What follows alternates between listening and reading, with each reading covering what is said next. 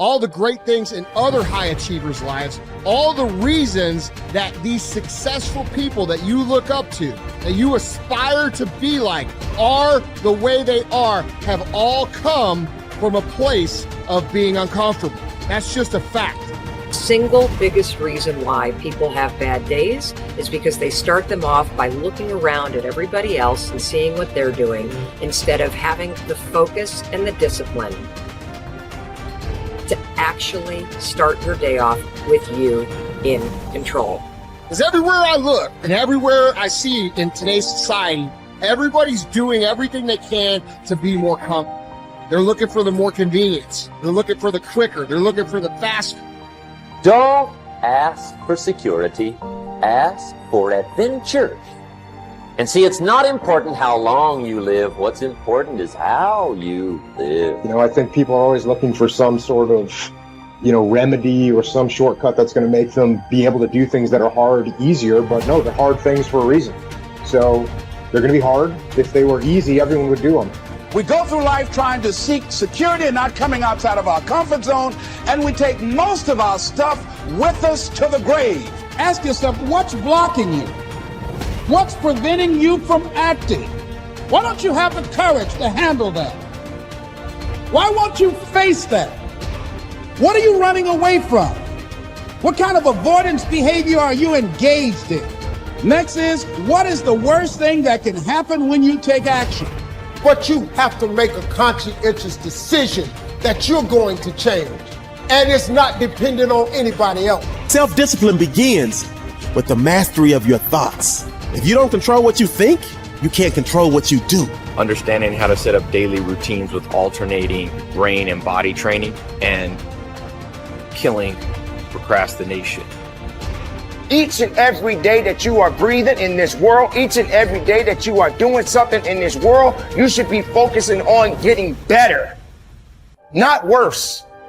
Show me your character. Remain disciplined. Stay strong. When it all seems hopeless, keep plugging away. Nothing can stop you if you don't stop for anything. Don't stop for anything. Never break your discipline. Remain faithful to yourself and your vision. You should be understanding that, hey, I can't be this same person on a day in, day out type of way. I got to keep focusing and going further and going harder and going stronger and pushing myself until there's nothing else left to push forward. Okay, so let's say you pick a level of competition where you're always winning. It's like, well, all that means is you've picked the wrong level of competition. Yes. Because, let's say you're a grandmaster chess player and all you do is play amateurs, and every night you go home and congratulate yourself on what a genius you are because you just stomp these people left, right, and center. It's like, you're not a genius, you're a dimwit. Right. What you should be doing is playing people who are beating you as much as you can tolerate. Right. So maybe that's 40% of the time, maybe it's 60% of the time. But that way, because to be a winner, you want to be disciplined, you want to know what you're doing, and then you want to be on the edge where your skills are being developed. And if you're going to be on the edge where your skills are going to be developed, you're at a place where losing is always a possibility, because otherwise you're not pushing yourself beyond your current capacity. And so one of the things that I've outlined in 12 Rules for Life is a theory of meaning. Because meaning, as far as I'm concerned, the sense of meaningful engagement is the antidote to malevolence and suffering, essentially. Because you want to have a life that's so engaging that you think, despite the fact that I'm limited and that we're mortal and that life is tragedy and there's evil in the world, despite all that, this is worth doing. And I think that there's a technical meaning that genuinely exists, and that's the meaning that you get when you're in a domain where you have some discipline and some skill. So you're laying out your competence and your ability, but you're simultaneously pushing yourself to develop past where you are. That's really engrossing. What that is doing is expanding your competence. And so life is suffering and betrayal in many senses of the word. But you can adopt a way of traversing through life that is more powerful than the tragedy and the malevolence. It is hard to have the success you want. It's hard to have a jet and freedom and extra houses. And it takes hard work and it takes time.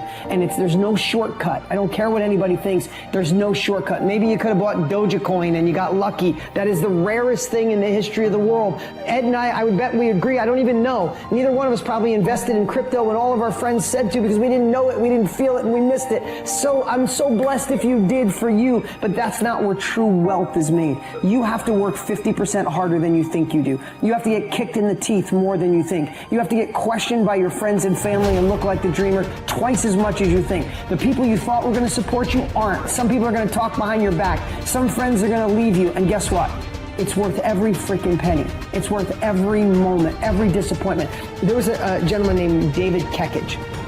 I met him. He was paralyzed from the neck down. And not always paralyzed. I think it was a jogging car accident. And he had these Kekich credos. It was like a business card that folded out. And one of his Kekich credos, to make him positive, most positive guy you ever met, couldn't move anything below his neck, one of them was, living the hard way is easy, and living the easy way is hard. So before I answer this about multiple streams of income, I think it's really important I tell you this. Living the hard way makes it easy. I could blame a lot of people. And that's the book I was reading. And I put it off on everybody else. It wasn't until I said, you know what, for me to fix this, I gotta read what the f is wrong with David God. Not blame anybody. Read my book, say, okay, I'm afraid of my shadow. How can I overcome that? Go in the military, get your ass kicked, do things you hate to do, be uncomfortable every day of your life. Roger that. I'm not the smartest kid in the world. Okay. Instead of somebody saying, oh no, you're smart. No, don't say that to yourself. I said to myself, no, I'm a dumb motherfucker. Okay, roger that. How you get smarter? Educate yourself. So the things that we run from, we're running from the truth. We're running from the truth, man. So the only way I became successful was going towards the truth. As painful and as brutal as it is, it changed me. It allowed me to become, in my own right, who I am today. If you do what other successful people do over and over again, nothing can stop you from eventually enjoying the same rewards that they do. But if you don't do what successful people do, nothing can help you. Success is not an accident. Sadly, failure is not an accident either. You succeed when you do what other successful people do over and over until these behaviors become a habit. Likewise, you fail if you don't do what successful people do. In either case, nature is neutral. Nature does not take sides. Nature doesn't care. What happens to you is simply a matter of law. The law of cause and effect. You can look at yourself as a machine with a default mechanism. Your default mechanism is the almost irresistible attraction of the expediency factor. In the absence of self-discipline, your default mechanism goes off automatically. This is the main cause of underachievement and the failure to realize your true potential.